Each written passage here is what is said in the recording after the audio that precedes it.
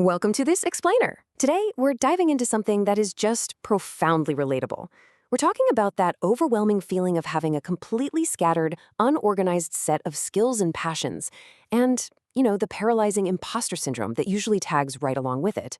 But more importantly, we're going to look at how to actually transform all of those seemingly disconnected pieces of yourself into one unified, incredibly powerful path to success. So if you've ever felt like you're juggling way too many interests with zero clear direction, you are exactly in the right place. Let's get into it. How do you build a future without missing the present? I mean, that's not just some philosophical brain teaser, right? It's a deeply urgent, real-world question. The source material we're looking at today comes from the perspective of a single mom to a teenager. Picture this. She's lying awake in the middle of the night, staring blankly at the ceiling, just feeling this crushing weight of trying to provide something better for her family. The stakes literally couldn't be higher. She knows she has to build a secure future, but she's completely terrified of sacrificing the incredibly precious, fleeting time she actually has with her kid before they're all grown up. It's this high-wire act of time, love, and basic survival. Okay, let's dive into this. Section 1, the late-night math. Put yourself in that quiet, intensely anxious headspace for a second.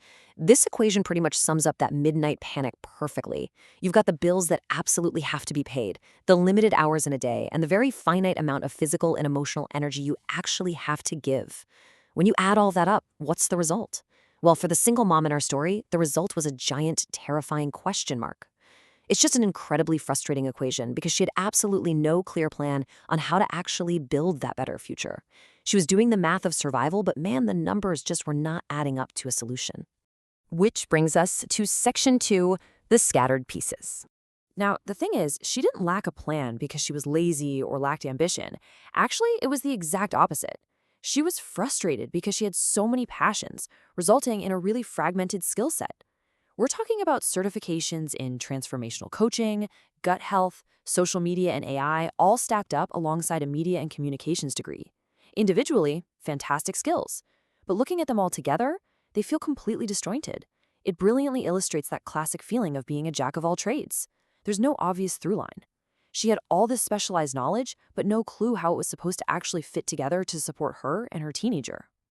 And her physical space totally matched this mental state. Right on top of all those professional certifications, her house was just overflowing with things she'd made with her own two hands. We're talking handmade jewelry, custom clothing, totally intricate scrapbooks. So you got all these very hands-on, creative, artistic projects sitting in the exact same room as her digital AI certifications and gut health textbooks. It just felt entirely disconnected. As the source material describes it, these felt like scattered puzzle pieces with no clear plan. Let me ask you, have you ever felt exactly like this? Have you ever stared at your own resume, your hobbies, your random side hustles, and just felt like they were a bunch of scattered pieces that couldn't possibly fit together to actually support you? It is a heavy feeling. It's like you've got all the pieces to the puzzle, but someone threw away the box, so you have no idea what picture you're even trying to build. Moving on to Section 3, the freeze of self-doubt. Now, what's really interesting here is how this scattered anxiety eventually hits a breaking point. When she finally sat down to put herself out there and take action, she completely froze.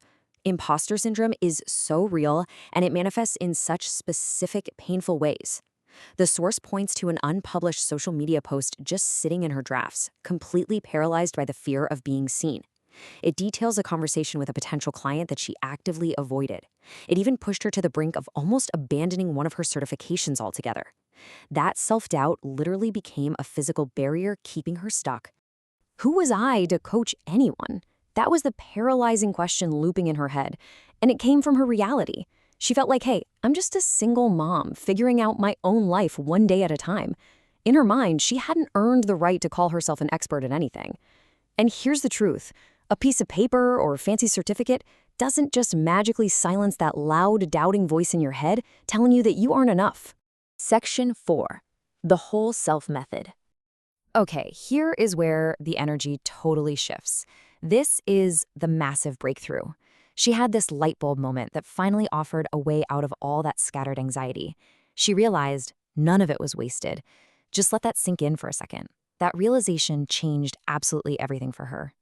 Every single piece, the transformational coaching, the gut health work, the handmade creativity, her faith, none of it was a distraction. Every single bit of it was teaching her something essential that she was eventually going to need. Let's move to and see how this builds into a completely new framework for success. Instead of her old, limiting mindset of trying to pick just one thing and chopping parts of herself away, she realized the insane power of bringing her whole self to the table. Society is constantly telling us to niche down, right? Pick a single lane and stay in it. But she figured out she didn't need to segment herself to be marketable. She needed to integrate all of her experiences into one unique package. And this realization completely obliterated her imposter syndrome. She realized she didn't need to be standing at the finish line with every little detail of life figured out. She just needed to be honest about what she actually knew, what she had actually lived through, and use that to help someone who was just 1 or 2 steps behind her. Honesty and lived experience became her credentials, and she just let that be enough. When you reframe it like that, the self-doubt just vanishes. So this deeply personal realization eventually evolved into a structured, holistic methodology. This is the core definition of the whole self method, building a business that doesn't ask you to leave parts of yourself behind to succeed.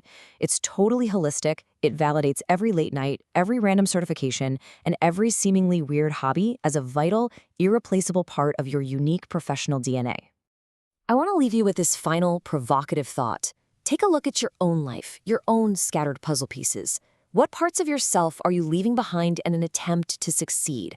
Are there passions, skills, or experiences you've shoved in a closet because they just don't fit some traditional mold? Maybe, just maybe, it's time to stop picking one thing and start bringing your whole self to the table. Thank you so much for joining me for this explainer. I really hope this sparks a completely new way of looking at your own incredible, multifaceted potential.